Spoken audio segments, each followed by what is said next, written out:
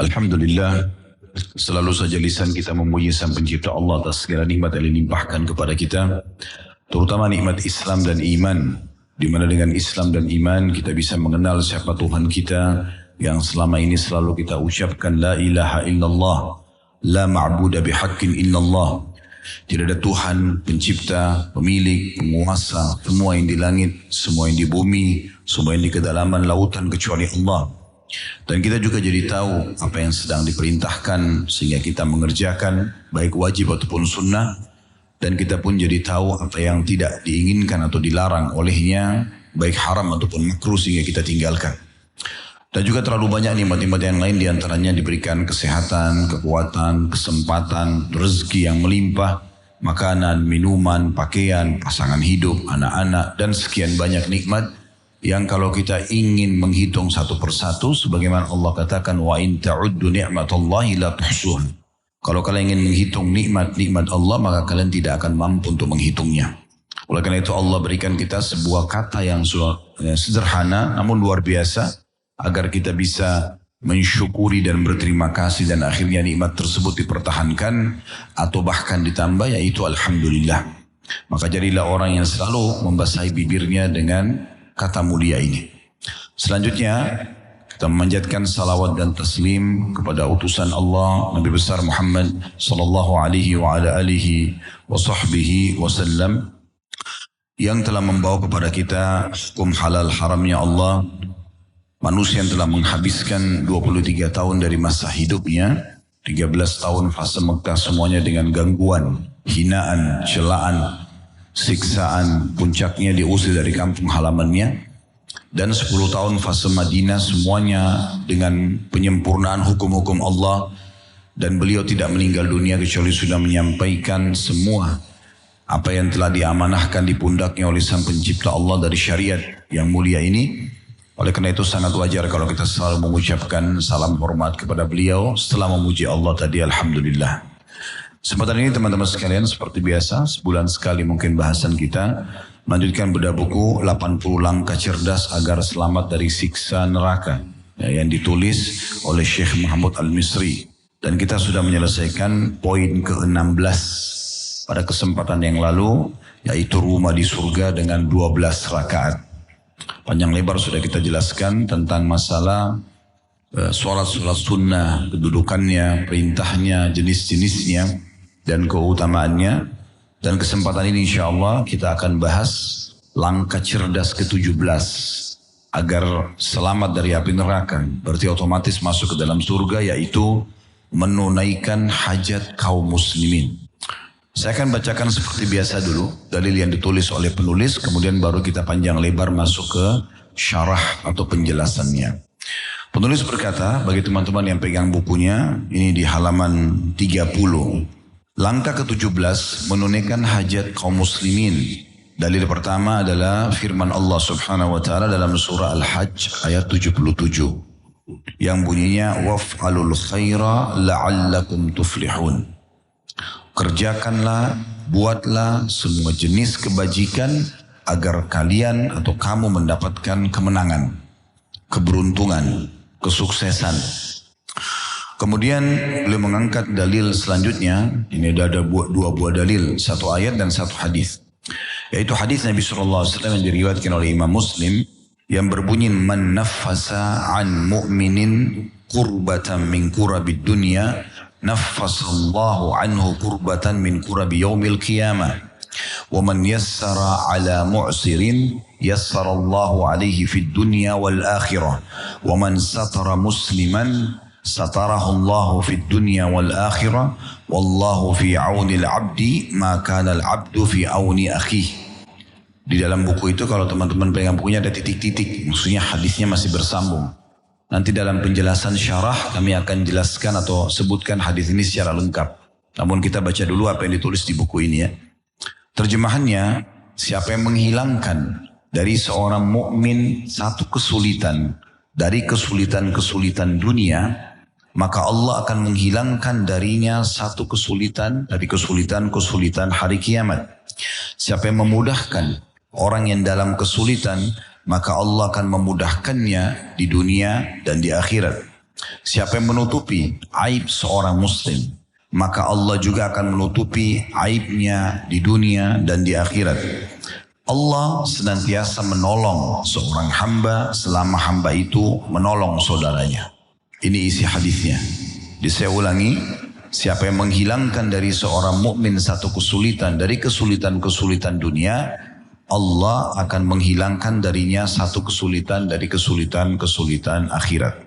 Dan siapa yang memudahkan orang yang dalam kesulitan, maka Allah akan memudahkannya di dunia dan di akhirat. Siapa yang menutupi aib seorang muslim, maka Allah akan menutupi aibnya di dunia dan di akhirat. Dan Allah senantiasa menolong seorang hamba selama hamba itu menolong saudaranya. Lalu kata penulis, jika kamu menunaikan hajat saudaramu, maka Allah subhanahu wa ta'ala akan membantumu dalam menunaikan urusan agama dan duniamu. Jadi ini kurang lebih yang dipaparkan oleh penulis tentunya. Dan metode ini yang sering kami gunakan. Kalau teman-teman ikuti dari awal tidak asing, kita sudah bahas 16 langkah cerdas ya. Pasti kami baca dulu semuanya, apa yang ditulis, kemudian baru kita masuk ke penjelasan lebih jauh. Baik, di awal kita akan membahas dan menjelaskan syarah. Saya mengajak teman-teman sekalian kembali mengikhlaskan niat dalam majelis ilmu ini. Baik dimulai dari kami, kemudian teman-teman sekalian. Karena memang tidak akan diterima sebuah amal dalam Islam tanpa ikhlas. Kata Nabi SAW, Inna Allah la yakbalu amalan illa ma kana khalisan liwajhi. Allah tidak akan pernah menerima sebuah amalan sekecil sampai sebesar apapun kecuali yang ikhlas karenanya. Makna ikhlas betul-betul tulus karena Allah. Ya, dilihat orang, tidak dilihat orang, dipuji atau tidak dipuji, tetap kita kerjakan. Kemudian yang kedua, ini sering kami ingatkan, saya duduk di sini bukan karena lebih pintar daripada Bapak Ibu sekalian, tapi kita menjalankan firman Allah Subhanahu wa taala, "Fadzakir fa inna dzikra tanfa'ul mu'minin." Saling memberikan peringatan karena peringatan akan sangat bermanfaat bagi orang-orang beriman. Dan kata Nabi sallallahu alaihi wasallam, "Ad-dinun nasih." Agama ini isinya semuanya nasihat. Juga dalam sabda beliau yang lain, di antara 6 hak muslim dari muslim yang lain, "Idza stanfahaka fansah lahu." Kalau dia minta nasihat, berilah nasihat kepadanya. Permintaan kami isi pengajian begini adalah permintaan untuk berbagi nasihat. Maka karena itu saya duduk di sini Bapak Ibu sekalian. Dan juga saya di kursi dan meja ini karena disiapkan oleh panitia. Bukan permintaan khusus tentunya. Mudah-mudahan bisa dimaklumi. Bapak Ibu duduk di bawah. Bukan maksud untuk lebih tinggi. Ya, ini insya Allah perlu difahami. Baik, selanjutnya juga karena kita momentumnya adalah Ramadan. Bulan yang suci, bulan yang mulia. Saya perlu mengingatkan statement sebagian ulama salaf, ulama-ulama terdahulu sebelum kita, andai saja ada orang yang sudah meninggal, dihidupkan kembali oleh Allah di saat ini, dan Allah memberikan mereka opsi pilihan 1 hari saja untuk hidup kembali lalu mereka meninggal, maka niscaya mereka akan memilih Ramadan sebagai hari pilihan mereka. Kalau Allah menyampaikan kita di waktu yang penuh dengan peluang emas ini, maka maksimalkan teman-teman. Hilangkan semua rasa malas. Hilangkan semua bisikan-bisikan yang buruk dari jiwa untuk menunda-nunda amal. Apalagi terjerumus lagi dalam perbuatan dosa.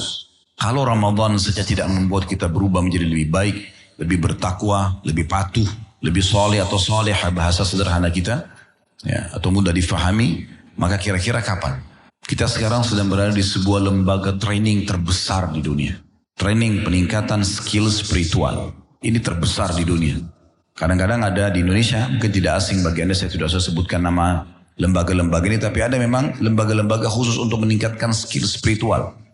Dan itu biasa banyak orang ikut karena trainernya dianggap bagus, para staffnya bagus, media yang digunakan juga bagus. Ya, semua harapan kita pada saat itu kita menjadi outputnya juga bagus. Ya, punya hasil. Berapa banyak perusahaan mengikutkan staffnya, betul memang terbentuk kejujurannya, ya, amanahnya, tanggung jawabnya, ya, peningkatan kinerja dan produktivitas terlihat setelah pelatihan tersebut karena muncul tanggung jawab. Nah ini semua banyak terjadi ya. Dan dibayar mahal untuk ikut training itu. Ramadan ini adalah lembaga training, ya, mungkin kalau bahasa saya tercanggih, ya, terlengkap. Trainernya bukan manusia, tapi langsung Allah sang pencipta, para stafnya, para malaikat, ya, Dan seluruh di muka bumi ini, populasi manusia, umat Islam maksud saya secara khusus, mendekati 2 miliar sekarang. 1,8 miliar sekian atau hampir 2 miliar. Ya, ini berselisih di antara orang yang adakan penelitian. Tapi yang jelas jumlah mereka sangat banyak. Dimanapun kita berada atau pergi di masa sekarang, di benua di muka bumi, di Australia, di Eropa, di Amerika, di Asia, di Afrika, sama. Semua muslim lagi betul-betul berbenah diri untuk menjadi orang yang lebih baik dari sebelumnya. Mungkin yang jarang sholat sekarang sholat. Mungkin yang belum tutup aurat sekarang tutup aurat. Mungkin yang belum pernah sentuh Al-Quran mulai belajar. Mungkin orang yang jarang malas bersedekah, mungkin sekarang lebih banyak bersedekah. Mungkin banyak orang yang mengejar keutamaan umroh yang sama dengan haji di bulan Ramadan. Ya, dilakukan yang sebelumnya mungkin belum melakukan. Dan sekian banyak kebaikan-kebaikan yang kita lakukan. Dan memang itu tujuan utama dari Ramadan ini. Makanya Allah subhanahu wa ta'ala mengatakan dalam surah Al-Baqarah 185. Ya ayyuhalladzina amanu kutiba alaikumus siyamu kama kutiba ala ladzina min qablikum la'allakum tattaqun. Hai orang beriman, kalau terjemahan saya ya supaya mudah difahami. Telah dibuatkan program-program untuk kalian di bulan puasa ini, program macam-macam ibadah. Sebagaimana dibuatkan untuk orang-orang sebelum kalian, agar targetnya kalian mencapai tingkat orang-orang yang bertakwa. Makna bertakwa adalah patuh dah. Jadi orang yang betul-betul apa yang Allah perintahkan, iya, sami'na wa ata'na, kami dengar dan kami patuh. Lalu dikerjakanlah semua yang wajib dan juga sunnah. Begitu juga dengan apa yang Allah larang, haram dan makruh ditinggalkan. Itu target daripada Ramadan. Semoga saja kita bisa maksimalkan waktu ini teman-teman sekalian ya, dengan memperbanyak mengerjakan amal saleh. Terus mendalami ilmu-ilmu agama, mendengarkan ceramah-ceramah supaya bertambah pengetahuan kita. Dan setelah Ramadan yang tidak kalah penting adalah lisan kita mengucapkan Alhamdulillah tepat sasarannya. Karena banyak orang begitu Idul Fitri, Alhamdulillah. Tapi Alhamdulillahnya karena lepas bagi dia tanda kutip dari penjara ibadah. Ya. Alhamdulillah tidak lagi puasa, Alhamdulillah tidak lagi ngaji, tidak lagi tutup aurat, tidak lagi begini dan begitu. Alhamdulillah sudah bebas buat dosa lagi. Nah ini keliru. Rugi benar. 1 bulan ikut training gratis. Ya.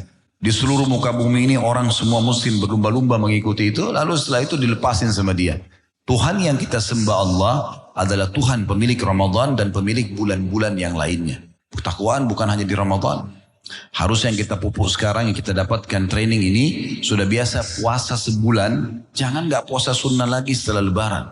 Ada puasa Senin Kamis, puasa Iyamul Bid, puasa Arafah, puasa Tasu'a dan Ashura, puasa 9 dan 10 Muharram.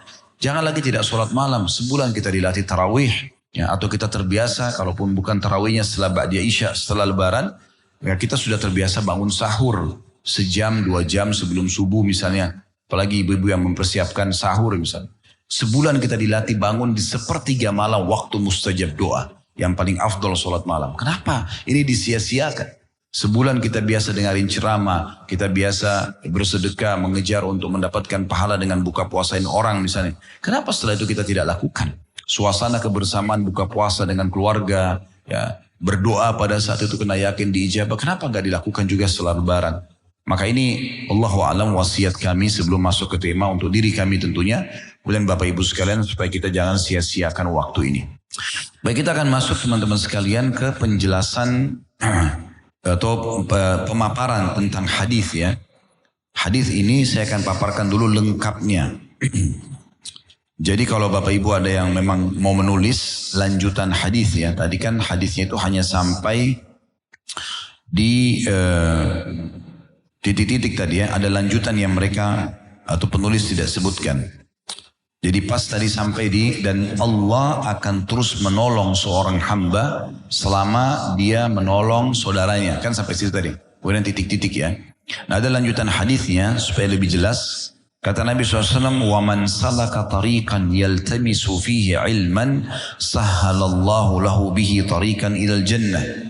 Dan siapa yang meniti ya, menekuni jalan menuntut ilmu ya, seperti Bapak Ibu sini lowongkan waktunya, mungkin ada aktivitas yang lain tapi tetap hadir di sini, maka Allah akan mudahkan jalannya menuju ke surga. Nah perlu digarisbawahi, potongan ini tidak disebutkan oleh penulis dalam buku, padahal sebenarnya ini ada relevansinya ya, ada hubungannya.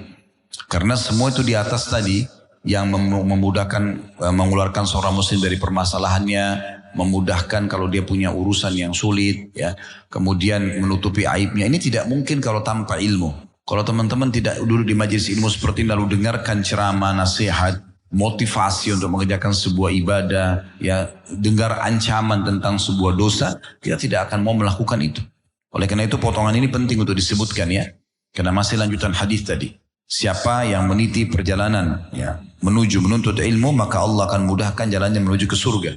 Wa majtama'a qaumun fi baitin min buyutillahi yatruna kitaballahi wa yatadarasunahu bainahum illa nazalat alaihimus sakinah wa ghashiyatuhumur rahmah wa haffathumul malaikah wa dzakarahumullahu fi man 'indahu wa man batta'a bihi 'amaluhu lam yusri' bihi nasabu.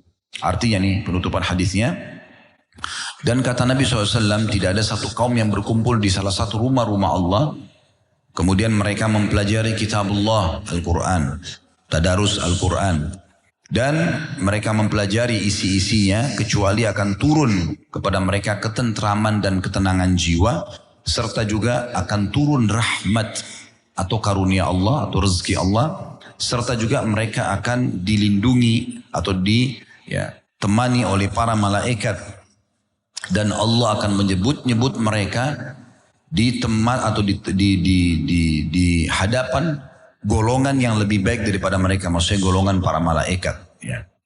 Lalu kata Nabi SAW, siapa yang lambat beramal maka ya tingginya jalur nasabnya tidak akan mengejar ketertinggalan amal itu. Jadi ini potongan hadis lanjutannya supaya jelas ya seperti apa yang sedang dimaksud dalam hadis tersebut. Baik, kita akan masuk teman-teman sekalian poin demi poin daripada hadis yang ditulis tadi. Potongan pertama dari hadis yang disampaikan tadi adalah siapa atau bahasa Arabnya man naffasa an mu'min kurbatan min kurabi dunya naffasallahu anhu kurbatan min kurabi yaumil qiyamah.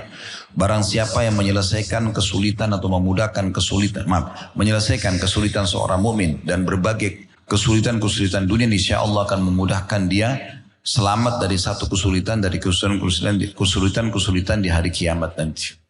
Kita jelaskan dulu tentang masalah ini. Menyelesaikan sebuah kesulitan dari seorang muslim sifatnya umum, mulai dari hal yang kecil sampai hal yang besar. Apa saja? Contoh misal, ada orang yang sedang menanyakan alamat, kita tunjukkan alamat tersebut. Yang penting menunjukkan alamat ini pada sesuatu yang benar ya. Jadi saya tidak sarankan kalau orang tanya di mana alamat diskotik ini jangan tunjukin ya.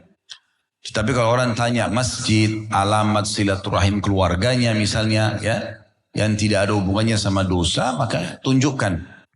Kemudian juga misal kesulitan yang lain misalnya, tadi kan orang kesulitan cari alamat misalnya. Ada orang kesulitan yang lain, cari jodoh, cari pekerjaan ya. Dia sedang kesulitan dalam masalah-masalah seperti ini, kemudian kita mudahkan dia atau kita bantu. Intinya satu kesulitan dunia kita selesaikan dari seseorang, walaupun hanya bantuan tulisan atau saran melalui lisan ya. Apalagi kalau sampai kita memudahkan dia misalnya bekerja di perusahaan kita ataupun yang lain-lainnya, maka ini akan mendapatkan juga kebebasan dari kesulitan kita pada hari kiamat nanti ya. Satu kesulitan dibalas dengan satu kesulitan juga yang akan hilang pada hari kiamat. Mungkin teman-teman bilang, memang kesulitan apa Ustaz pada hari kiamat? Banyak sekali ya. Misal amal-amal Bapak Ibu sekalian kurang ikhlas, tidak mengikuti rukun atau syarat, lalu tidak diterima sama Allah. Kita butuh sekali agar ditolong dengan sebuah amal. Atau bahasa lainnya syafaat, pertolongan pada hari kiamat. Tidak ada yang mau tolong kita. Karena dalam sebuah riwayat sahih disebutkan, nanti pada hari kiamat itu orang lari dari semua orang terdekat dia. Tidak usah orang lain, orang terdekat. Suami istri lari dari pasangannya, orang tua lari dari anaknya, teman dari temannya, saudara dari saudaranya. Kata Allah begitu.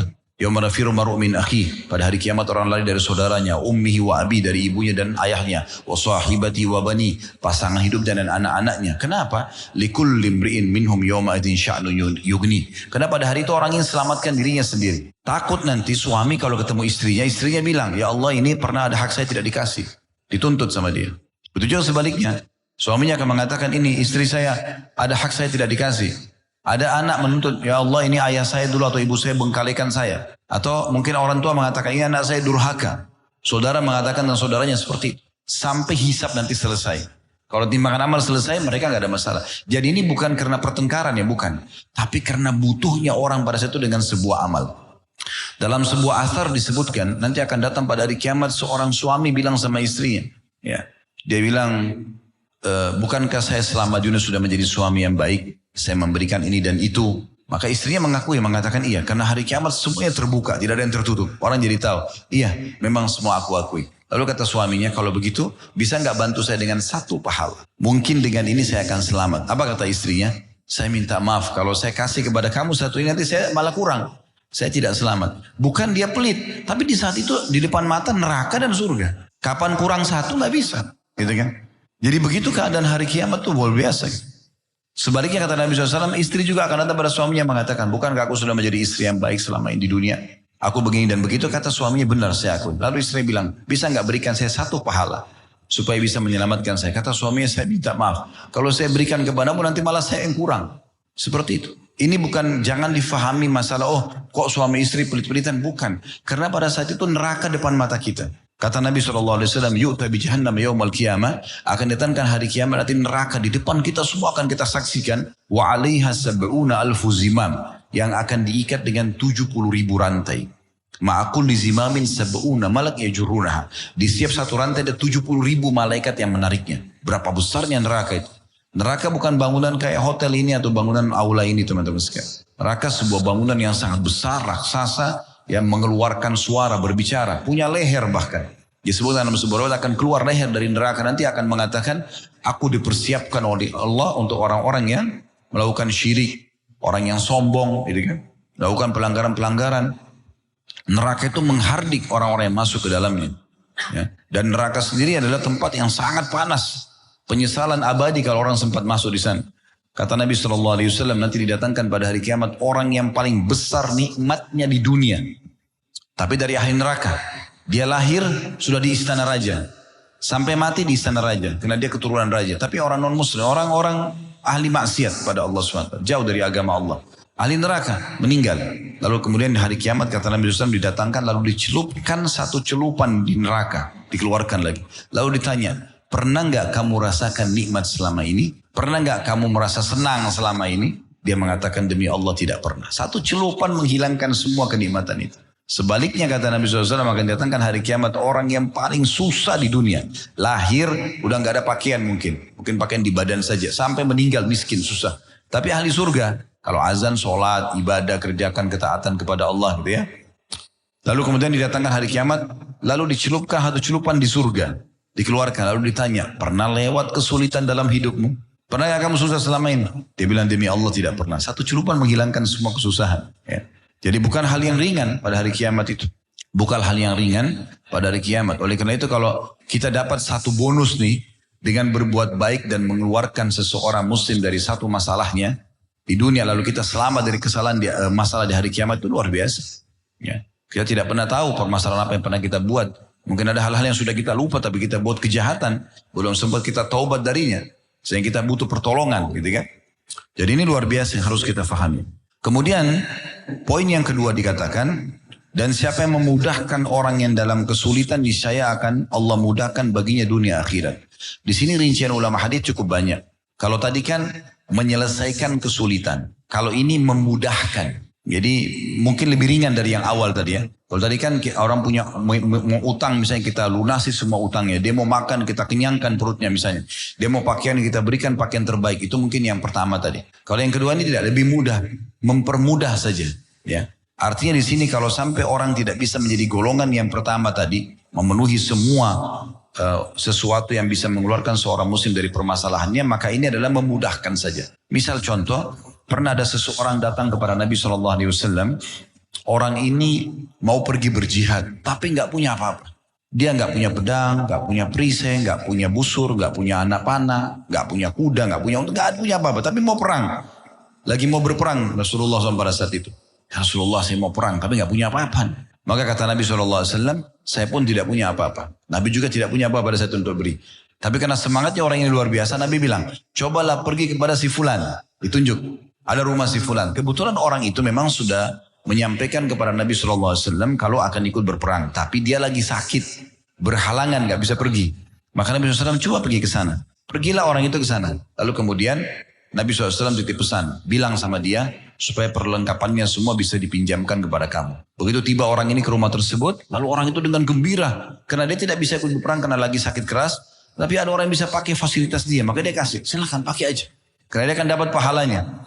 Maka setelah itu Nabi SAW mengatakan siapa yang menunjukkan pada satu perbuatan kebaikan, dia akan dapat pahala orang yang mengerjakannya tanpa dikurangi sedikit pun dari perbuatan tersebut. Jadi Nabi cuma tunjukin saja, itu di sana tuh. Nah, misalnya kita ada orang mau pinjam uang, kita nggak ada uang misalnya.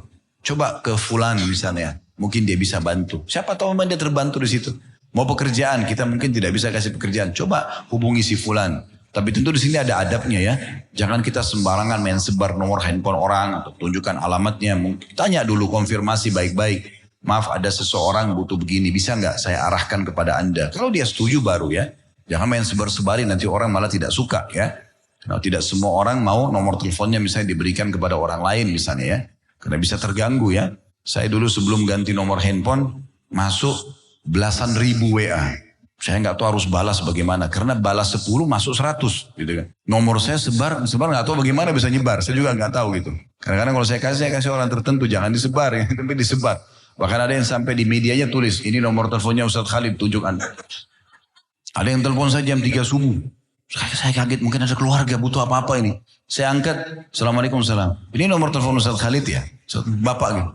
Iya Pak, kenapa? Oh saya cuma memastikan. Pak ini jam 3 subuh Pak. Gitu. Mungkin dia di Indonesia sana, mungkin daerah Papua kan lebih cepat dari kita 2 jam ya dari Jakarta. Mungkin bagi dia tuh, gitu. Ada juga pernah telepon, dia ikutin ceramah. Kebetulan di YouTube itu adalah siaran ulang, bukan langsung, bukan live. Kayak kita sekarang lagi live, gitu. Ini tidak live gitu. Kemudian dia nonton rupanya, dia mau bertanya telepon. Sama, jam 3, jam 4 subuh gitu. Ya. Jadi ini contohnya. Jadi kadang-kadang orang mungkin tidak tahu ya, tidak mengenal waktu dan segala macam. Jadi perlu konfirmasi dulu ke orang, ini boleh nggak nomornya dikasih gitu. Saya biasa jadi pesan sama orang, tolong ya kalau dia minta jangan dikasih orang lain, iya. Tapi tiba-tiba dia kasih orang lain, ada saya tanya, dapat dari mana nomor saya Bapak Ibu sekalian? Ada orang kasih, tapi nggak boleh disebut namanya Ustaz. Kenapa? Kenapa nggak jaga amanahnya? Saya bukan tidak mau dihubungi Bapak Ibu sekalian, tapi memang luar biasa kalau sudah menghubungi itu. Ada orang kadang-kadang bertanya, memang masuk akal ya. Ustadz hukumnya apa? Seperti ini. 1-2 baris. Ada orang gak curhat. Baca WA-nya mungkin butuh 5 menit. Ya. Panjang. Ada kadang-kadang kayak menguji saya. Ustadz ini hukumnya apa? Tolong jelaskan sama dalil-dalilnya. Ini saya harus menjawab soal ujian S3 barangkali. Ya. Tulis semua dalil-dalilnya. Itu gak mungkin gitu kan. Jadi kalaupun kita mau memudahkan urusan orang, mudahkan dengan cara yang baik. Adabnya adalah kalau kita mau arahkan ke orang lain, kita sudah tahu. Mungkin orang itu bilang, kalau ada orang yang butuh bantuan, arahkan ke saya saja, misal contoh. Nah itu oke. Ya kita berikan kepada orang tersebut. Nah ini contoh. Pernah juga terjadi begitu, ada orang punya perusahaan besar. Kemudian ada orang melamar kerja sama dia, rupanya dia nggak mau terima, dia arahkan ke saya. Saya kan restoran kecil sebenarnya kita punya di Condet gitu. Lalu kemudian dia datang ke saya. Tahu dari mana Pak kalau kita di sini bisa terima kerja? Ada si Fulan, disebut namanya orang itu. Kenapa gak kerja sama dia? Katanya dia sudah full, gak bisa. Jadi dia alihkan ke tempat Ustaz. Kan mesti saya konfirmasi dulu ya. Saya konfirmasi dulu, memang bisa gak? Sekarang orang kalau sudah datang kita susah juga untuk tidak terima gitu kan. Tapi mau diposisikan di mana? Kadang-kadang ijazahnya gak pas, ya keterampilannya gak pas, misalnya contoh. Ini contoh yang lain juga banyak hal di sini memudahkan urusan-urusan itu. Nanti akan kita paparkan lebih panjang lebar dari dalil ya. Sampai pernah Nabi SAW itu luar biasa duduk dengan para sahabat lalu menyebutkan siapa yang punya kelebihan tunggangan kasih kepada saudaranya, siapa yang punya kelebihan baju kasih kepada saudaranya, siapa yang punya kelebihan makan kasih kepada saudaranya. Sampai kata para sahabat, Nabi sebutkan semua jenis-jenis harta sampai kami kira yang kami miliki hanya boleh yang pas saja, sisanya harus kasih ke orang lain. Saking pentingnya orang berbagi dan memudahkan orang lain gitu ya. Kelebihan makanan pun jangan hanya sekedar dibuang, taruh di kulkas, kasih ke orang lain. Gitu. Bagikan kepada orang lain. Sampai begitu dalam Islam kita dianjurkan untuk saling memenuhi kebutuhan satu sama yang lain. Di sini juga tentu masuk luas bahasannya. Kalau seorang pengacara misalnya ya, dia bisa memudahkan urusan seseorang yang memang terzalimi misalnya. Atau seseorang punya jabatan, kemudian orang lain memang butuh dan memang dia sudah penuhi semua kriteria atau apapun yang diminta ya untuk memenuhi apa yang dia ingin urusan surat tanah, urusan KTP, urusan apalah segala macam, maka dia mudahkan, ini masuk di dalamnya, dia mudahkan itu. Kemudian yang ketiga dikatakan dalam hadis, dan siapa yang menutupi aib seorang muslim, maka Allah akan menutupi aibnya di dunia dan di akhirat. Ini luar biasa ini bahasannya. Aib itu adalah sebuah kekurangan yang dianggap kekurangan oleh pemiliknya. Bukan kita ya. Jadi kalau misalnya ada orang mungkin dia ada kekurangan fisik, tapi bagi dia itu bukan aib. Ya. Itu biasa saja. Ada orang mungkin menganggap itu sebuah kekurangan. Dia nggak suka kalau diceritakan. Jadi tolok ukur aib itu adalah aib di mata pemiliknya, bukan kita. Ya. Kapan dianggap aib, dia tidak mau disebarin, tidak boleh kita sebarin. Tidak boleh kita bicarakan. Itulah yang kata Nabi SAW, apakah kalian tahu apa itu ghibah, menggunjing orang lain? Kata para sahabat, Allah dan Rasulnya lebih tahu. Kata Nabi SAW, engkau menyebutkan sesuatu tentang saudaramu yang dia tidak suka untuk disebutkan. Jadi poinnya itu, karena dia tidak suka untuk disampaikan. Jadi nggak boleh. Nah itu aib atau bukan aib, nggak boleh kita sampaikan. Selama dia bilang, jangan ceritakan ke orang lain ya. Jangan bapak ibu bilang iya, tapi akhirnya ya, kita cerita sama orang lain. Saya mau cerita sama kamu ya, tapi jangan cerita sama orang lain ya. Sama juga bohong gitu ya. Akhirnya nyebar kemana-mana. Subhanallah, seorang penyair mengatakan, kalau engkau titipkan emas pada orang, pastikan tidak bertambah. Gak ada orang kita titip 1 kilo dikasih 2 kilo itu gak mungkin. Titipan gitu kan. Berkurang mungkin kalau ada orang tidak amanah, dicuri, salah gunakan. Tapi kalau engkau titipkan kata-kata pada orang, pastikan bertambah. Itu pasti itu. Kita cerita 2 baris akan jadi 5 baris tuh ceritanya. Sama orang pertama. Orang kedua jadi 10 baris. Terusnya. Ya. Bahkan ada orang banyak suka ngarang-ngarang kata-kata. Teman-teman lewat di sebuah sungai, jembatan ada sungai misalnya. Kita cuma lihat saja mungkin, lagi lihat. Kalau ada orang yang memang kerjanya suka gosip, nyari berita gitu kan. Mungkin dia lihat juga ke sungai. Dia ingin cari tahu ada apa nih, kenapa orang ini lihat di sungai. Mungkin orang yang pertama sudah pergi cuma sekitar lihat saja. Tapi orang yang kedua ini buat cerita.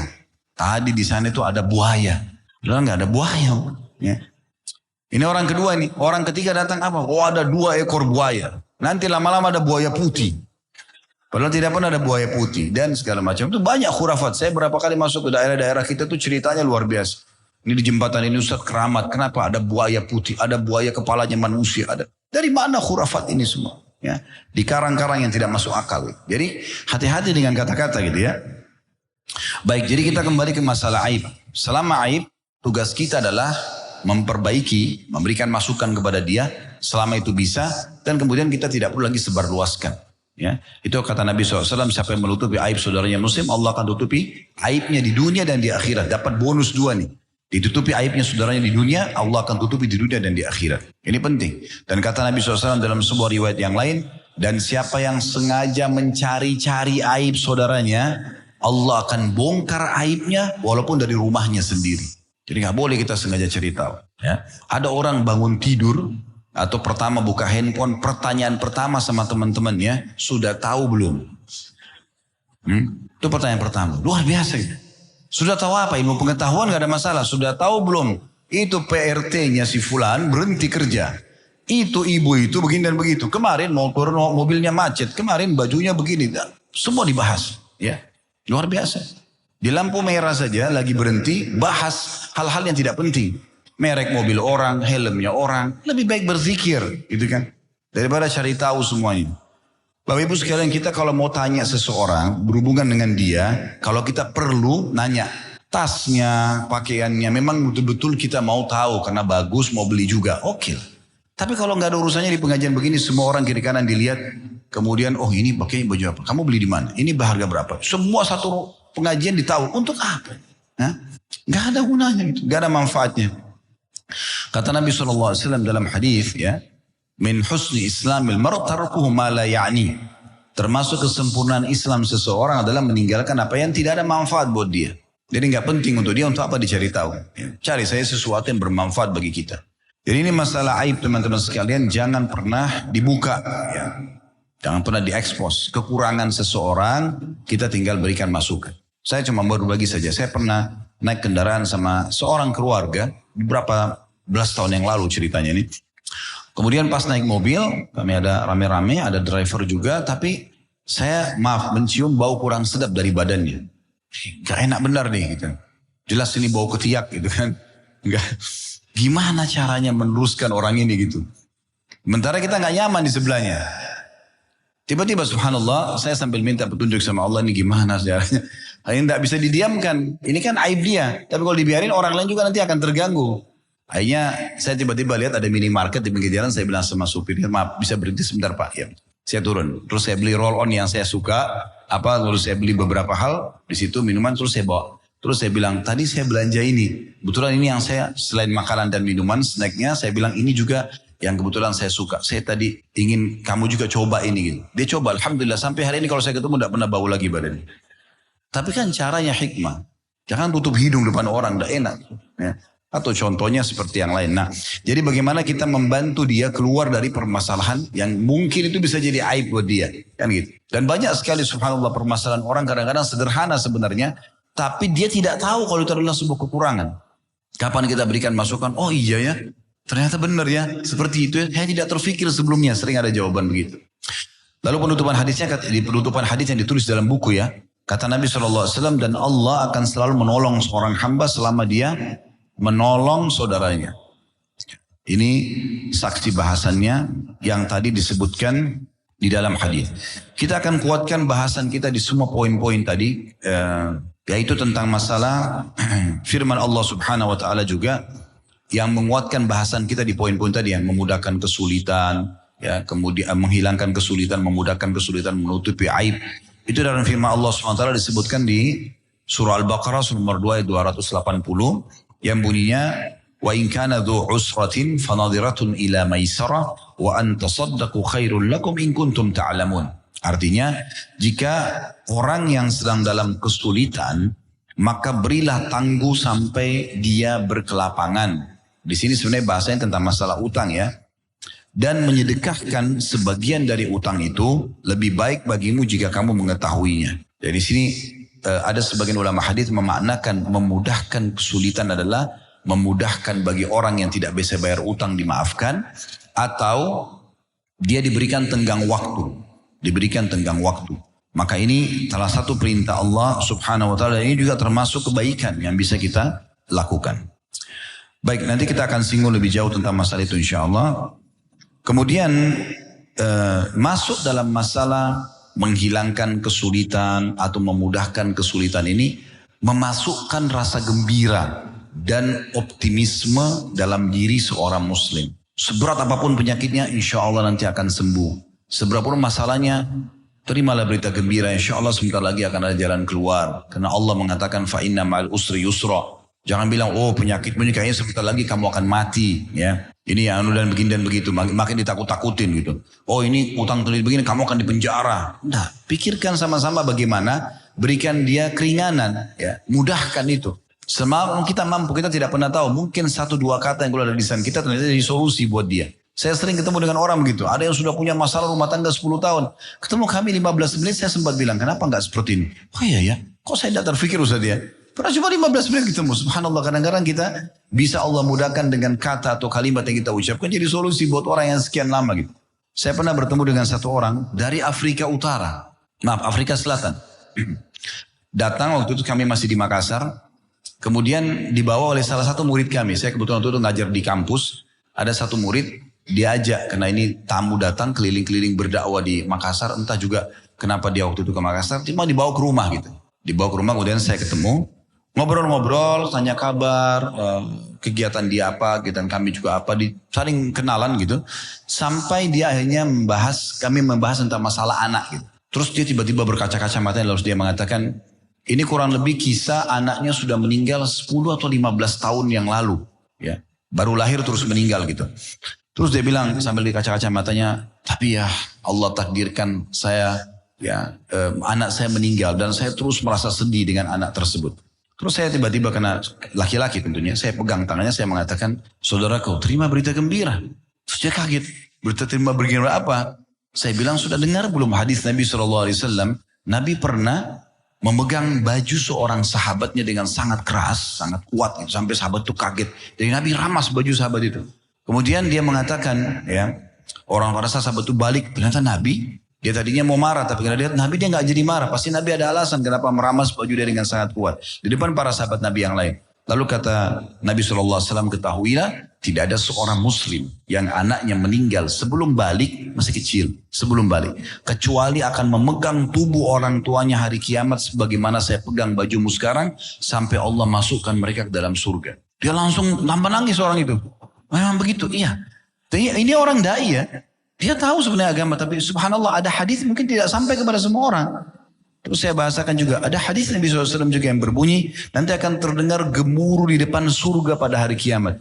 Dan Allah lebih tahu suara apa itu. Namun Allah menanyakan kepada para malaikatnya, suara apa itu? Kata para malaikat itu suara anak-anak muslim yang meninggal sebelum balik. Apa yang mereka inginkan kata Allah. Tapi Allah sudah tahu sebenarnya. Allah menanyakan malaikat karena tugas malaikat untuk menjaga dan memeriksa itu semua.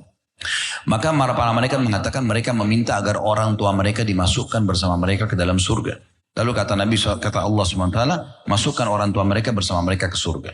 Orang itu langsung mengatakan, betul-betul saya sekarang terobati. Jadi yang 10-15 tahun ini, dia kepikiran terus anaknya meninggal. Masih kecil, ya belum sempat dia besarkan dan segala macam. Dia bilang terhibur dengan ini. Terus saya bilang, tambah lagi berita gembira. Anak itu tidak hilang. Anak ini hanya mendahului kita ke akhirat. Saya sama anda ini juga akan meninggal. Yang penting tiketnya sama. Iman dan Islam. Ketemu nanti di sana itu. Dan kata Nabi SAW, tidak ada yang meninggal bayi atau meninggal sudah sangat tua. Anak baru lahir 2 hari meninggal misalnya. Sama ada nenek-nenek kakek umur 120 tahun meninggal. Kecuali akan dibangkitkan hari kiamat dengan umur 33 tahun. Tidak ada lagi orang tua, nggak ada lagi anak-anak. Semuanya begitu. Itu sabda Nabi SAW. Dan kita akan ketemu semua dengan begitu. Tidak lagi orang cacat. Kalau ada orang lahir misalnya, matanya buta, telinganya tuli, misal lisannya bisu, tangannya, kakinya puntung semua. Luar biasa cacatnya misal. Tetap itu hanya selama di dunia. Meninggal semua akan utuh. Ya, karena jasad ini hanya dipindamkan selama di dunia. Nanti akan kita diberikan jasad baru di hari kiamat nanti. Kata Nabi SAW, semua tubuh kalian akan dimakan oleh tanah kecuali tulang ekor kalian yang darinya Allah akan bangkitkan kalian dengan tubuh yang baru.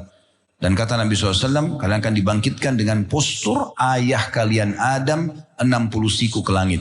27,5 meter. Ya, dan kata Nabi SAW, manusia terus memendek sampai menjelang hari kiamat nanti. Jadi zaman dulu orang tinggi-tinggi. Ya, postur dunia kita akan kembali seperti itu.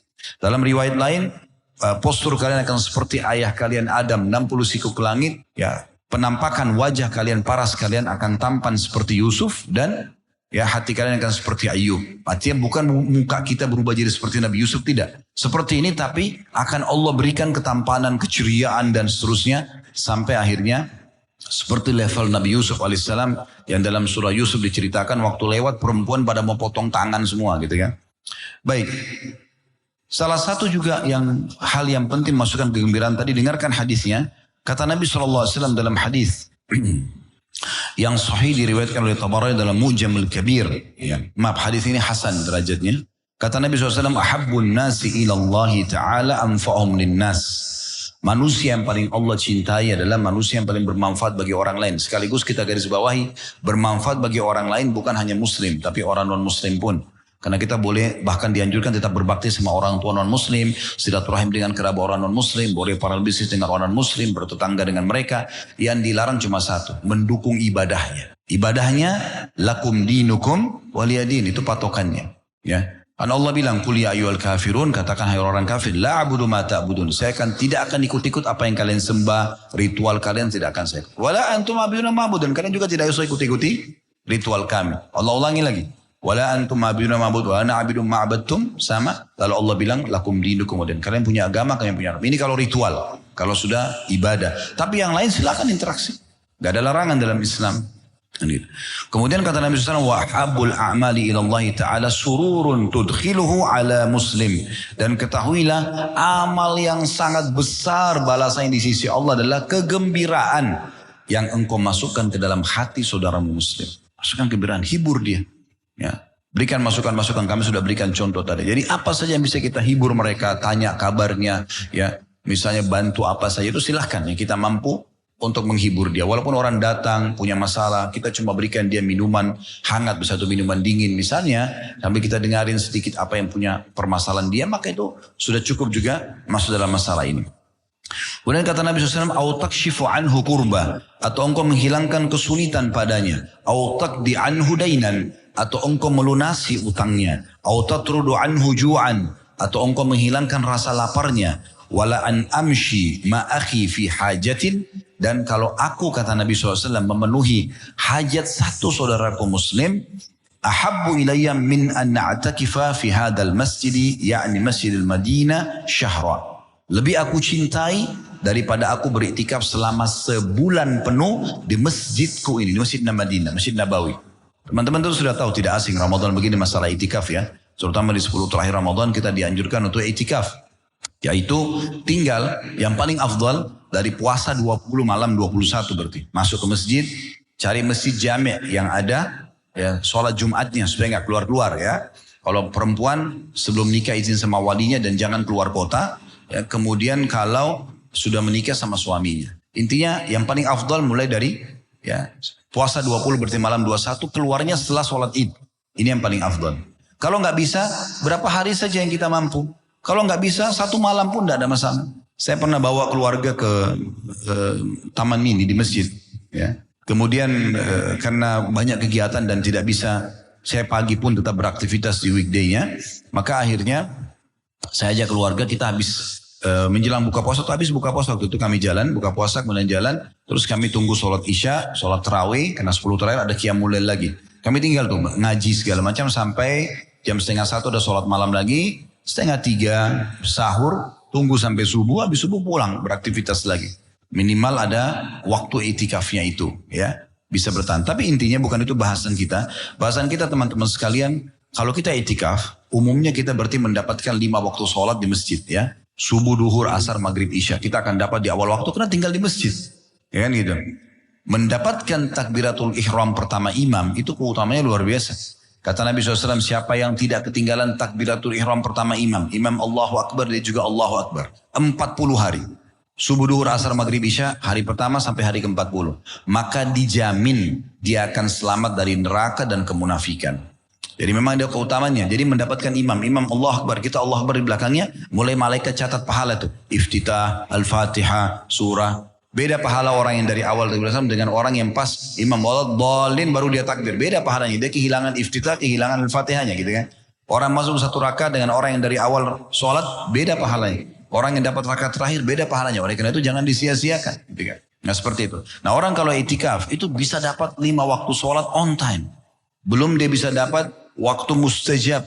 Diijabah antara azan iqamah. Ya, untuk dia berdoa.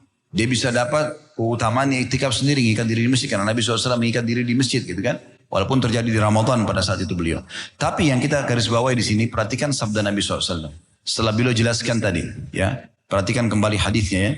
Sesungguhnya amal yang paling Allah cintai masukkan gembira dari hati seorang muslim, atau engkau menghilangkan kesulitan yang sedang menimpanya, atau engkau melunasi utangnya, atau engkau menghilangkan rasa laparnya. Dan ketahuilah kata Nabi SAW, aku memenuhi satu hajat saudaraku muslim lebih aku cintai daripada i'tikaf sebulan di Masjid Nabawi di Madinah. Nah kalau Masjid Nabawi di Madinah berarti subuh, duhur, asar, maghrib, isya. Kan kalau sholat di sana dapat 1000 pahala ya. 1000 pahala. Itu kalau sholat sendiri. Kalau sholat berjamaah, kali 25 kali lipat. 25.000 pahala sholat. Satu kali sholat di Masjid Nabawi, duhur sama dengan 25.000 kali sholat di Indonesia. Berjamaah. Karena pahalanya besar banget. Kalau di Mekah lebih besar lagi. 100.000 satu kali sholat. Kalau berjamaah kali 25 berarti 2,5 juta pahala. Ya.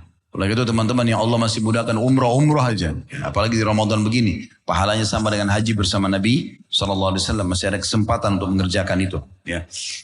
Baik teman-teman sekalian. Berarti kalau kita penuhi hajat satu orang muslim. Lebih baik daripada i'tikaf sebulan di Masjid Nabawi. Itu luar biasa.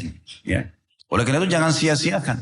Ada yang minta diantar temani ke satu tempat. Belanja baju. Ada yang minta diantarin ke satu alamat. Selama ingat kuncinya bukan maksiat. Maka luangkan waktu untuk itu. Ya, maka itu akan menjadi lebih baik daripada i'tikaf selama sebulan di Masjid Nabawi. Ini luar biasa gitu. Ada hadis-hadis tambahan yang saya ingin titik beratkan. Yang menggabungkan semua tadi apa yang kita sampaikan itu juga. Hadis Abu Sa'id Al-Khudri radhiyallahu anhu. Ia berkata, suatu waktu kami sedang dalam perjalanan. Kami lagi dalam perjalanan. Kemudian tiba-tiba datang seorang laki-laki atau pria menunggangi unta miliknya, dan kemudian dia menoleh ke kanan dan ke kiri karena lapar, ingin cari siapa kira-kira yang bisa kasih dia makanan. Maka Nabi SAW waktu lihat orang itu bilang begini, man kana ma'hu fadlun, ya, fadlu dhahrin, falyu'id bihi, atau falya'ud bihi ala man la dhahra lahu. Barang siapa yang memiliki kelebihan kendaraan, hendaklah dia berikan kepada yang tidak punya kendaraan. Ya. Ini bayangkan ya, kalau kita punya lebih-lebih, kasih kendaraan ke orang lain. Kalau zaman dulu unta sama kuda, zaman sekarang ada motor, ada mobil. Itu anjurannya. Ya, kalau tidak bisa memberikan, maka minimal meminjamkan. Ada orang subhanallah bakhilnya luar biasa gitu ya. Minjamin aja nggak mau. Walaupun keluarganya datang. Kadang-kadang orang tuanya datang disuruh naik kendaraan umum, dia naik kendaraannya sendiri. Ya. Saya punya seorang sahabat di Jakarta ini, Masya Allah, semoga Allah selalu jaga beliau. Terus saya sebutkan namanya, tapi saya sangat terharu waktu kami masih tinggal di Makassar. Setiap kali saya datang, pasti beliau minta saya gantiin jadwalnya. Di masjid mana, di pengajian mana gitu. Sampai saya bilang, jangan, saya nggak usah Ustaz. Enggak, tolong antum ngisi. Kadang-kadang dia seharusnya isi jadwalnya, tapi dia minta gitu. Kemudian, beliau punya cuma satu mobil. Saya ingat benar itu. Setiap kali beliau diantar ke kantornya, pasti beliau bilang sama sopirnya, temani Ustaz Khalid mau kemana, jalan. Gitu. Jadi padahal dia butuh, ada keluarganya juga gitu. Tapi dia suruh bawa gitu. Subhanallah. Sementara saya lihat ada kerabat-kerabat kami tinggal di Jakarta waktu itu sulit sekali untuk memakai kendaraan mereka. Padahal berlebih-lebih gitu. Bukan tidak berlebih-lebih ya. Ini orang cuma punya satu pun dia masih melakukan ini. Ini mungkin karena pemahaman terhadap perintah Nabi SAW. Ini luar biasa Nabi bilang. Terus Nabi SAW bilang selanjutnya. وَمَنْ كَانَ لَهُ فَضْلٌ مِنْ زَادٍ فَلْيَعُدْ بِهِ عَلَى مَنْ لَا زَادَ لَهُ. Dan barang siapa memiliki kelebihan bekal makanan, bekal pakaian, bekal apa saja, maka ada kelebihan dia berikan kepada orang yang tidak ada bekal. Lalu kata Abu Sa'id Al-Khudri, Rasulullah SAW kemudian menyebut beberapa jenis harta yang lain, sehingga kami mengira bahwa kami tidak berhak atas kelebihan harta yang kami miliki. Hadis riwayat Muslim. Dalam riwayat Jabir radhiyallahu anhu, Nabi SAW pernah pada saat berangkat berperang memberikan nasihat kepada para pasukan. Beliau mengatakan, ya ma'asyaral muhajirin wal ansar. Wahai para muhajirin dan ansar. Para sahabat muhajirin, orang hijrah dari Mekah, dan ansar penduduk asli Madinah. Inna min ikhwanikum qawman laysa lahum malun wala ashirah. Sesungguhnya ada di antara saudara-saudara kalian yang tidak memiliki harta, juga tidak milik keluarga. Pendatang, orang susah gitu kan. Kemudian kata Nabi SAW, "Falyadum ahadukum ilaihi rajulaini aw thalath." Maka sebaiknya siapa yang punya kelebihan mengajak gabung 2 atau 3 orang saudaranya muslim. Fama li ahadina min dhahrin yahmilu illa uqbatan ka'aqabah. Dan kata sahabat Jabir ini yang meriwayatkan hadis, maka tidaklah salah seorang di antara kami dari binatang tunggangan yang membawanya kecuali ia bergantian menaikinya. Jadi gonta-ganti menaiki karena orang-orang yang tidak punya tunggangan disuruh ikut tunggangan di situ. Kemudian dikatakan ya'ni ahadihim fadammamtu ila itsnaini aw thalath. Yang dimaksud adalah kemudian aku pun, kata Jabir, mengambil 2 atau 3 orang yang bergabung bersamaku di tungganganku. Qala mali illa uqbatun ka'aqabati ahadikum minal jamlah. Ya. Artinya, dan salah seorang, maka aku mengambil 2 atau 3 orang yang bergabung bersamaku, aku saling bergantian dengan salah seorang dari mereka menaiki unta. Hadis riwayat Abu Daud. Rasulullah SAW juga bersabda dalam hadis yang lain riwayat Abu Daud, atau kata Jabir radhiyallahu anhu, karena Rasulullah SAW yatakhallafu fil masiri fayurji ad-dha'ifu wa yardifu wa yad'u lahum. Rasulullah SAW itu biasanya berada di belakang rombongan kalau lagi jalan ibadah atau lagi perang. Kemudian beliau sengaja mencari siapa yang butuh bantuan, membonceng siapa yang butuh boncengan, dan juga mendoakan orang-orang yang lemah di antara mereka yang ikut pada saat itu. Dan sekian banyak ya hadis-hadis yang berhubungan dengan masalah membantu ini. Dan kita coba tambahkan dengan tutupan atau bertutupan dengan hadis yang lain. Riwayat Bukhari, kata Nabi SAW, Ishfa'u fatu'jaru. Bantu, mudahkan ya. Maka kalian akan mendapatkan ganjaran pahala. Ini hadis riwayat Bukhari dan juga riwayat Muslim. Ya. Dan sebaliknya, Nabi SAW ini sebagai penutup, kalau ada yang punya pertanyaan bisa dikembangkan sebentar insya Allah. Sebaliknya kita tidak boleh membengkalikan seorang muslim, tidak boleh sengaja mencari-cari kesalahannya, tidak boleh menyusahkannya ya. Karena kata Nabi SAW dalam hadis yang masyhur riwayat Bukhari Muslim, al-muslimu akhul muslim, muslim adalah saudara muslim yang lain, la yadhlimhu, tidak boleh dia menzaliminya. Zalim artinya mengambil yang bukan hak atau tidak memberikan hak orang lain. Wala yuslimuhu, dan tidak boleh dia membiarkan saudaranya. Apakah dia melakukan kesalahan atau dia sedang dizalimi ya. Wa man kana fi hajati akhi, siapa yang memenuhi hajat saudaranya, kana Allah fi hajati, Allah pasti akan penuhi juga hajatnya.